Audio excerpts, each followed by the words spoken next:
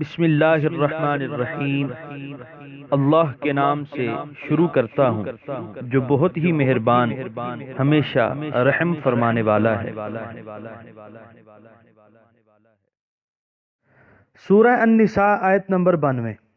وما كان لمؤمن ان يقتل مؤمنا الا خطأ ومن قتل مؤمنا خطأ فتحرير رقبة مؤمنة ودية مسلمة إلى أهله إلا أن يصدقوا فإن كان من قوم عدو لكم وهو مؤمن فتحرير رقبة مؤمنة وَإِن كَانَ مِن قَوْمٍ بَيْنَكُمْ وَبَيْنَهُم مِّيثَاقٌ فَدِيَةٌ مُّسَلَّمَةٌ إِلَىٰ أَهْلِهِ وَتَحْرِيرُ رَقَبَةٍ مُّؤْمِنَةٍ فَمَن لَّمْ يَجِدْ فَصِيَامُ شَهْرَيْنِ مُتَتَابِعَيْنِ تَوْبَةً مِّنَ اللَّهِ وَكَانَ اللَّهُ عَلِيمًا حَكِيمًا۔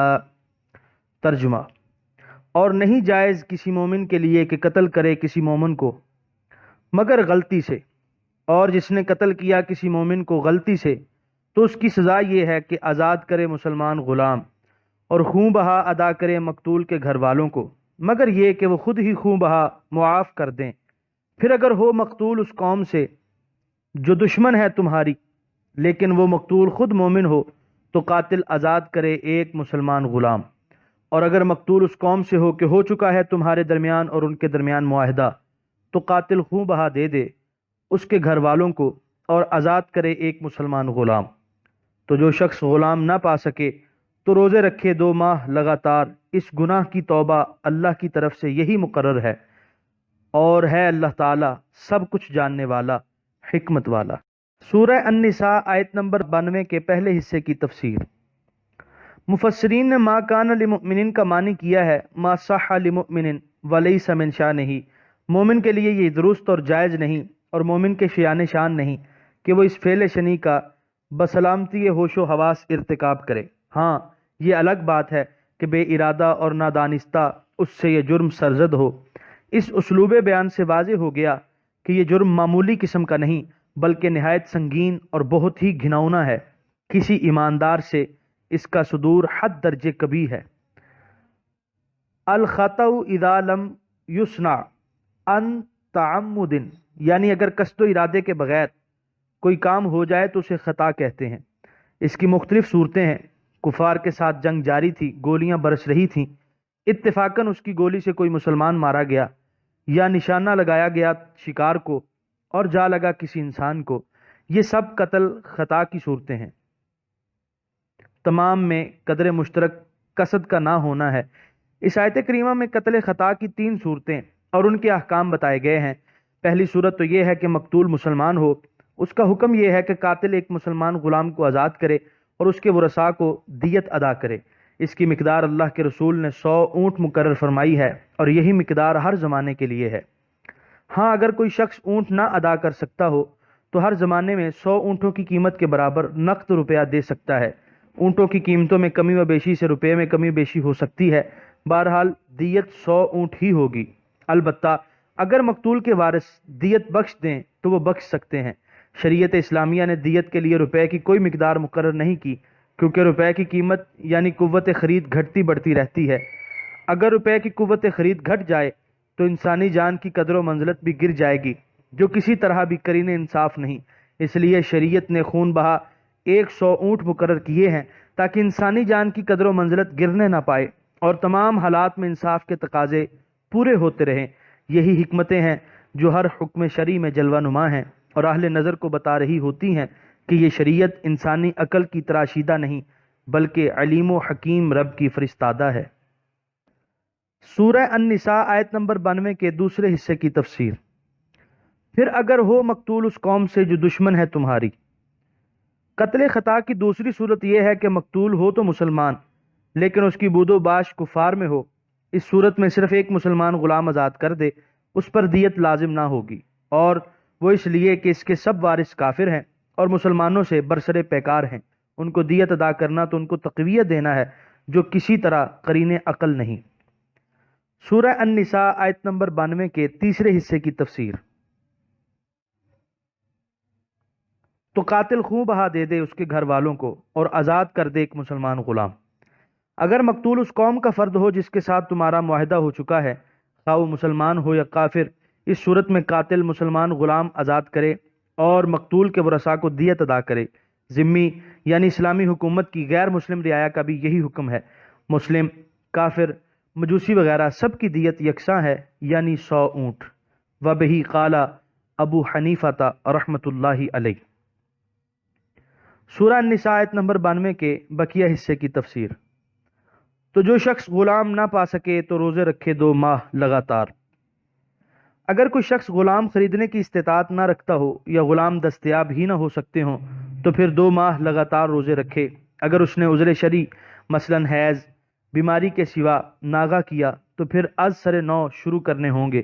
احناف کے نزدیک بیماری عذر نہیں ہے۔ سورہ النساء آیت نمبر 93۔ وَمَن يَقْتُلْ مُؤْمِنًا مُتَعَمِّدًا فَجَزَاؤُهُ جَهَنَّمُ خَالِدًا فِيهَا وَغَضِبَ اللَّهُ عَلَيْهِ وَلَعَنَهُ وَأَعَدَّ لَهُ عَذَابًا عَظِيمًا۔ ترجمہ: اور جو شخص قتل کرے کسی مومن کو جان بوجھ کر تو اس کی سزا جہنم ہے، ہمیشہ رہے گا اس میں، اور غضبناک ہوگا اللہ تعالیٰ اس پر اور اپنی رحمت سے دور کر دے گا اسے، اور تیار کر رکھا ہے اس نے اس کے لیے عذاب عظیم۔ سورہ النساء آیت نمبر 93 کی تفسیر۔ پہلے قتل خطا کا ذکر تھا، اب قتل عمد کا بیان ہے۔ قرآن حکیم اور ارشادات نبویہ اس جرم کے عظیم ترین ہونے پر شاہد ہیں۔ قرآن کریم کی یہی آیت انسان غور سے پڑھے اور اس میں قاتل کی جو سزا بیان کی گئی ہے اس پر نگاہ ڈالے تو رونگٹے کھڑے ہو جائیں گے۔ حضور کریم صلی اللہ علیہ وسلم کا ارشاد ہے، قتل المؤمن اعظم عند اللہ من زوال الدنیا، کہ دنیا کے فنا ہونے سے بھی بے گناہ مومن کا قتل اللہ تعالیٰ کے نزدیک شدید ترین ہے۔ معتزلہ کے نزدیک قاتل عمد کی توبہ قابل قبول نہیں، لیکن اہل سنت کی یہ رائے ہے کہ سچے دل سے توبہ کرنے والے کی توبہ قبول ہو جاتی ہے، اور یہ وعید ان کے لیے ہے جو توبہ نہیں کرتے۔ اور حضرت ابن عباس سے قتل عمد کی جو تفسیر منقول ہے اس کے پیش نظر تو یہ الجھن پیدا ہی نہیں ہوتی۔ آپ نے فرمایا، متعمدا معناہ مستحلا لقتلہ، یعنی جو دانستہ اور مسلمان کے قتل کو حلال سمجھتے ہوئے قتل کرتا ہے اس کی یہ سزا ہے۔ واللہ تعالی اعلم بالصواب۔ سورہ النساء آیت نمبر 94۔ یا ایہا الذین آمنوا اذا ضربتم فی سبیل اللہ فتبینوا ولا تقولوا لمن القى الیکم السلام لست مؤمنا تبتغون عرض الحیاة الدنیا فعند اللہ مغانم کثیرہ کذالک کنتم من قبل فمن اللہ علیکم فتبینوا ان اللہ کان بما تعملون خبیرا۔ ترجمہ: اے اہل ایمان، جب تم سفر پر نکلو اللہ کی راہ میں جہاد کے لیے تو خوب تحقیق کر لو اور نہ کہو اسے جو بھیجتا ہے تم پر سلام کہ تم مومن نہیں ہو۔ تم تلاش کرتے ہو سامان دنیوی زندگی کا، پس اللہ کے پاس بہت غنیمتیں ہیں، وہ تمہیں غنی کر دے گا۔ ایسے ہی کافر تم بھی تھے اس سے پہلے، پھر احسان فرمایا اللہ نے تم پر، تو خوب تحقیق کر لیا کرو، یقیناً اللہ تعالیٰ اس سے جو کچھ تم کرتے ہو خبردار ہے۔ سورہ النساء آیت نمبر 94 کے پہلے حصے کی تفسیر۔ واقعہ یوں ہوا کہ حضرت اسامہ کی قیادت میں حضور صلی اللہ علیہ وآلہ وسلم نے ایک سریہ روانہ فرمایا۔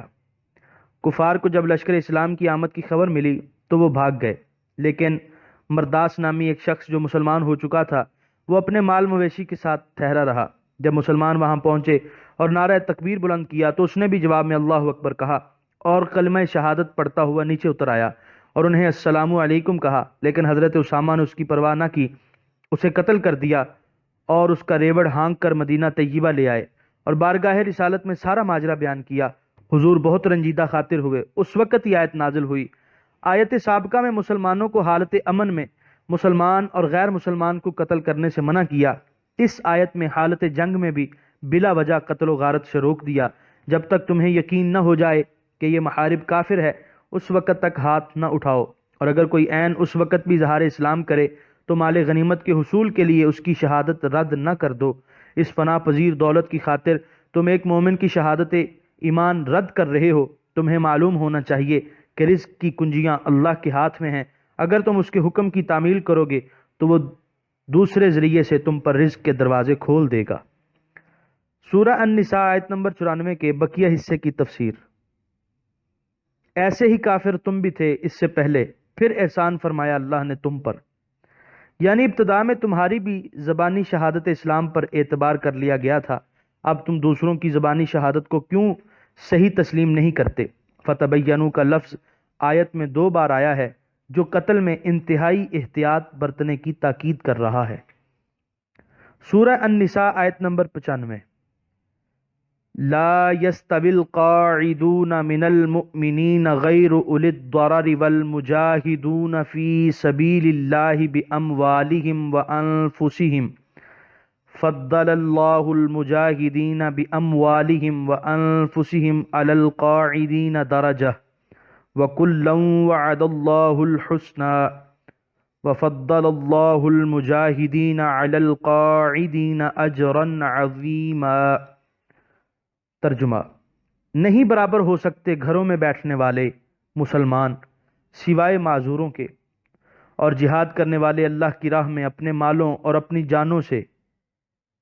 بزرگی دی ہے اللہ تعالیٰ نے جہاد کرنے والوں کو اپنے مالوں اور اپنی جانوں سے گھروں میں بیٹھے رہنے والوں پر درجے میں، اور سب سے وعدہ فرمایا ہے اللہ نے بھلائی کا، لیکن فضیلت دی ہے اللہ نے جہاد کرنے والوں کو بیٹھنے والوں پر اجر عظیم سے۔ سورہ النساء آیت نمبر 95 کی تفسیر۔ اس سے مراد وہ لوگ ہیں جو بیماری یا کسی حقیقی مجبوری کی وجہ سے جہاد میں شرکت کرنے سے قاصر ہیں۔ قال العلماء اہل الضرر ہم اہل الاعذار، اور یہ چیز محتاج بیان نہیں کہ جو لوگ ہر وقت سر بکف اللہ و رسول صلی اللہ علیہ وآلہ وسلم کے نام پر قربان ہونے کے لیے تیار ہوں، اللہ تعالیٰ کے قرب میں ان کا وہ لوگ مقابلہ کیوں کر سکتے ہیں جو اپنے گھروں میں آرام سے بیٹھے ہوں اور اپنے دنیاوی کاروبار میں ہر وقت مشغول ہوں۔ سورہ النساء آیت نمبر 96۔ درجات منہ ومغفرۃ ورحمہ وکان اللہ غفورا رحیما۔ ترجمہ: ان کے لیے بلند درجے ہیں اللہ کی جناب سے، اور نوید بخشش اور رحمت ہے، اور ہے اللہ تعالی سارے گناہ بخشنے والا، ہمیشہ رحم فرمانے والا۔ یہاں پر 5ویں پارے کا 10واں رکوع مکمل ہوا۔